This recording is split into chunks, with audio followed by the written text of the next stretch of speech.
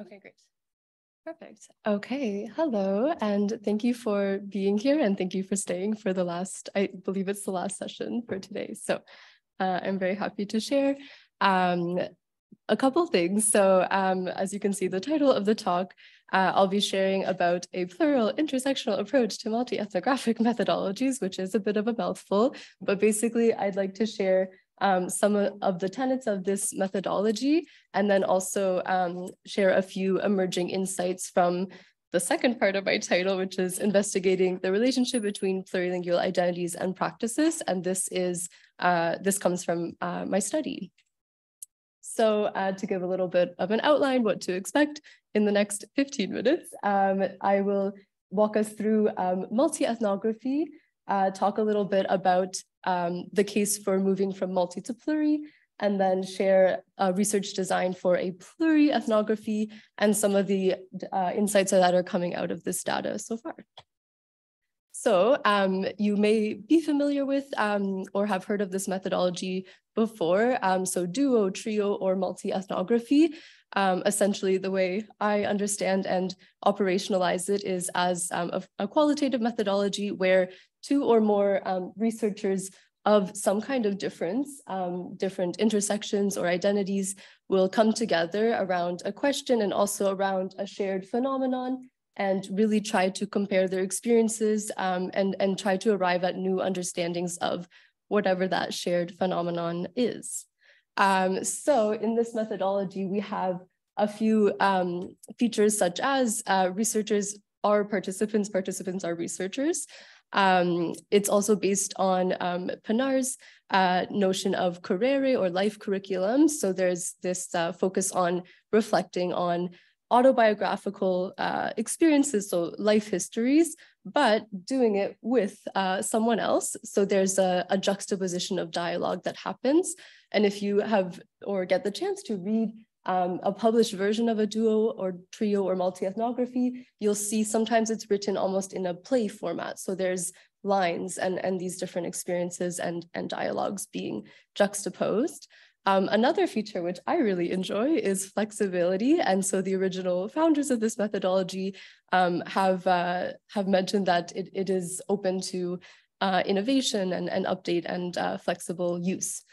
So I took that up, and here you can see that I'm conceptualizing a slight difference between multi and pluri. And of course, here I'm drawing on some of the comparisons between, for example, multi versus plurilingualism. And specifically in this methodology, I see or I understand multi as being an interaction of two or more entities that would be separate and fixed. And this, I believe, leads to those juxtapositions.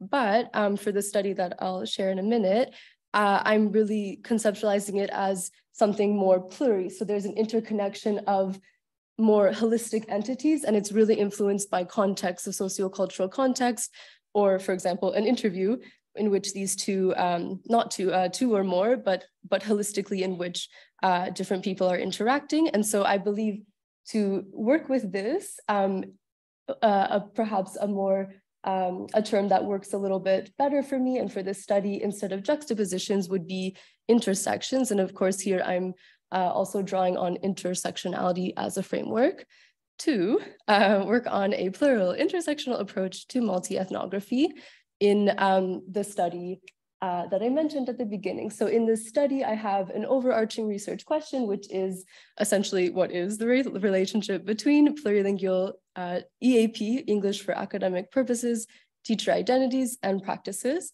another mouthful. In this study, I have so far 6 researcher participant pairs. There's an initial survey, and then there's interviews between these pairs. So this is a sample from the first survey. Here I wanted to get at some of the intersections, but I didn't want it to be a checklist of, answering certain questions about language identity or race or age or things like this. So what I did instead was leave it open to the participants to really self-identify and let me know what they thought, since with this framework of participant researcher collaboration, to let me know what they thought was relevant to this study. And of course, giving a few examples. So what happened here, so all the participants that I've recruited so far, they have this shared identity intersection. They are English for academic purposes instructors, and I am as well. But what came out in the different intersections that they've shared with me so far, so these are the ones that would contrast a lot. So far, a lot of different intersections in terms of maybe participants have shared, how they identify. So in terms of gender, sexuality, ethnicity, nationality, but also things like parental status or their experiences of racialization or immigration or being seen as a native speaker, quote unquote, as well as things like personality. So I found this interesting. A few participants mentioned how they identify just as a teacher, their teaching style, or things like their political orientation, and of course, relevant to the study, also identity intersections like accent and language. And just to give a very quick idea of some of the language backgrounds represented, since I believe it is relevant to the study, out of 12 participants so far, there are 22, I did count it, different languages represented. And these may be represented multiple times in the different repertoires of the participants. So I wanted to give a couple examples of some of the pairs. So the first pair, my little Venn diagram here, I hope is showing where they intersect in the middle in terms of maybe race, or in the interview, it came out that an experience of being a curriculum designer in addition to teaching English for academic purposes. This was something they shared in common. And then, of course, in the rest of the circle there, we have some different intersections around how they identified in terms of gender, sexuality, language repertoires, and then experiences of being, of identifying or being assigned the identity of native or non-native speaker, quote unquote, again. And so in this pair, what happened in terms of their interview question, they were given the overall theme and question of my study and developed their own, I could say, sub-question in relation to the research. And so with this background, or these two intersecting backgrounds, they decided to talk about their relationship between their beliefs about language and then how that specifically influenced teacher creativity. And for me, this makes sense because I think they really drew on this shared intersection of being curriculum designers. And so I think that might be also a reason why creativity came out as a chosen theme together. A second example, in the second pair, this pair actually had a lot more in common, it seems. So in terms of different identity markers, again, race, native speaker status, sexuality, and then also kind of family experiences were intersections that they shared. And then differences were gender, language backgrounds, and then also kind of professional contexts. So one of them, in addition to teaching English for academic purposes, also had experience teaching in the LINC context, which is language instruction for newcomers in Canada.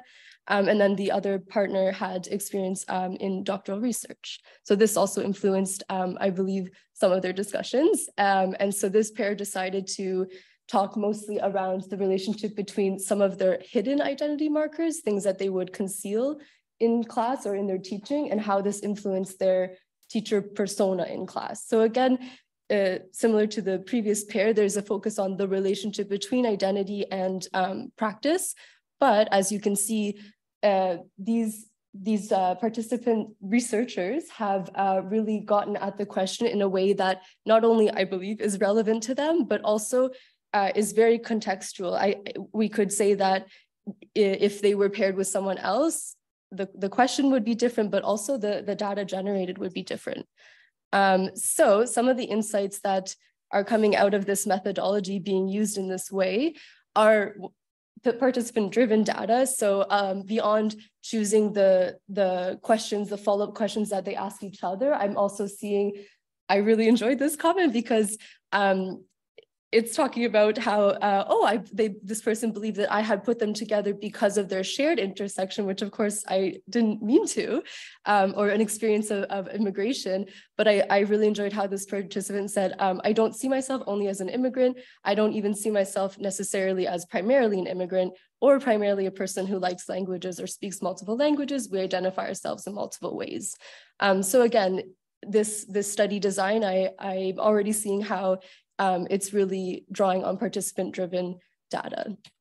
Another insight is this organic dialogue that's coming up. So, and I would credit this also to the methodology because of the follow-up questions that are happening. So instead of me, for example, coming in with a list of questions and waiting for the answers, these participants are asking each other the questions. And I wanted to share this example because I think it gets at a really, really specific and contextualized question. So I, experience this in my teaching. I'm careful about how I use language in my classroom.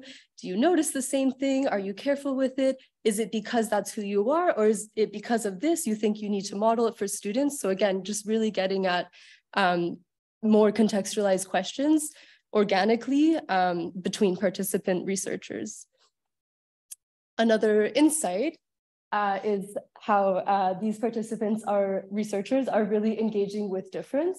And so one of the topic areas was also dealing with the use of languages other than English in the classroom. And so here you can see pair A started to talk about, I think students should use other languages in the classroom. I don't see a point why you shouldn't. There's a little bit of resistance by pair B saying, but up to what point do you actually talk about this with your students? And then the response, yes, I would, say that and actually mention, I think you should use all of your languages. And then after a little bit more dialogue, participant researcher B comes to agreement. And okay, I definitely agree with you, but I don't think we can let students use languages all the time. And then it's a matter of balance. So we see here, whereas sometimes I think it happens that maybe I encounter a colleague who might resist a belief or a practice that is really important to me. I might not even want to engage in this difference, but I think this created a space for that to happen. And finally, the theme of the conference, connecting theory and practice. This actually came in near the end of an interview where one participant had this realization that she suppressed part of her national identity while working in the English for academic purposes context, and really was able to understand through this reflection by dialoguing with another person with a shared and different intersection. She came to this conclusion. It was for marketing purposes. It was because maybe of this, fear or feeling like a fraud for all of these sorts of fears that came up, lacking knowledge about either culture or language, not wanting to reveal something about your identity to your students. And so here again, I think there's potential in this methodology to connect, theoretical beliefs, beliefs about our identity with what we actually do in class, coming to a better understanding of why. And this is what's coming up next is more data analysis. And here under that, it says plurality. So I will be working, as I mentioned, with the intersectional lens, but also with a lens of plurality. My topic is also plurilingualism, so that will definitely come into play. And here I'm trying to also represent how, whereas traditional multi or trio or dual ethnographies might focus on that one pair, I will be analyzing also intersections across different pairs. And in that, I'm expecting that there will also be, intersections between and across pairs who didn't actually dialogue directly with each other. But I believe this can tell us a lot about these instructors and their identities and relationship to their teaching practices. That's all I have for now, so thank you.